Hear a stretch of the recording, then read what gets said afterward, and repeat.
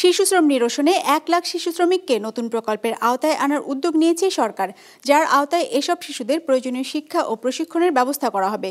বুধবার রাজধানীতে শিশু শ্রম নিরসন বিষয়ক এক কর্মশালায় এমন তথ্য জানানো হয়। এ সময় বক্তারা বলেন, নির্দিষ্ট মন্ত্রণালয়ের একার পক্ষে শিশু শ্রম বন্ধ করা সম্ভব নয়। এজন্য সমাজের সব স্তরের মানুষকে সচেতন হতে হবে। 250টিরও বেশি ডিজাইন অপশন নিয়ে ওয়ালটন স্মার্ট ফ্রিজ, বোঝে আপনার প্রয়োজন। মোটরসাইকেলের ওয়ার্কশপ, লেগুনার সহকারী কিংবা অটোমোবাইল, এমন 43 ধরনের কাজের সাথে জড়িত দেশের 5.4% শিশু শ্রমিক, যাদের মধ্যে 82% পুরুষ আর 18% নারী। এর বাইরে একটি বড় অংশ রয়েছে গৃহকর্মী, যারা বঞ্চিত হচ্ছে শিক্ষা আর সামাজিক অধিকার থেকে। আনুষ্ঠানিক পোশাক খাত, ট্যানারি সহ আরো অন্যান্য যে ঝুঁকিপূর্ণ সেক্টরগুলো আছে, ওয়েলবিং, ট্রান্সপোর্ট সেক্টর এবং অন্যান্য এই সেক্টরগুলোতে শিশুরা কাজ করে যাচ্ছে। দীর্ঘ সময় ধরে কাজ করে, পারিশ্রমিক পায় না, তারা পড়ালেখার সুযোগ পায় না এবং ধীরে ধীরে দেখা যায় যে এই শিশুরা পড়ালেখা থেকে সম্পূর্ণ বিচ্ছিন্ন হয়ে একদম লাইফলং একটা পভার্টি সাইকেলের মধ্যে পড়ে যায়।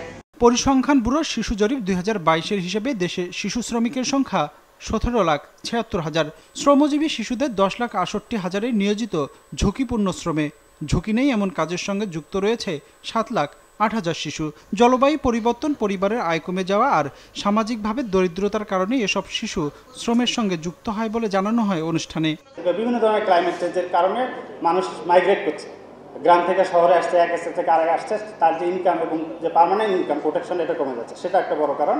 তারপরে আমার বাসায় যে গৃহকর্মী, সে দেখা যায় যে কাজের সময় তার মেয়েটাকে সাথে করে নিয়ে আসে, তার মেয়েটার বয়স হয়তো 8 বা 9, তখন হয়তো আমরা খেয়াল করি না সে কি স্কুলে যাচ্ছে নাকি যাচ্ছে না। আপনার গৃহকর্মী কাজ করতে পারে, কিন্তু ওই শিশুটা তো এখানে কাজ করাটা ঠিক হবে, কারণ সে তো স্কুলে যেতে পারছে না। এই ধরনের নর্মালাইজেশন সোসাইটিতে কালচারালি আমাদের হয়ে গেছে, যেটা একটা থ্রেট। এমন বাস্তবতায় শিশু শ্রম নিরসনে বেশ কিছু উদ্যোগ নিয়েছে সরকার।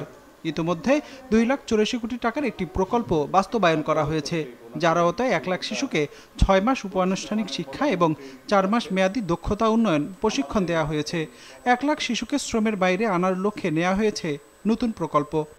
শিশু শ্রম নিরসনে লক্ষ্যমাত্রা অর্জনের জন্য একটি বড় প্রকল্প গ্রহণ করা হয়েছে। ইতিমধ্যে প্রকল্পটি ডিপিপি পরিকল্পনা কমিশনে প্রেরণ করা হয়েছে।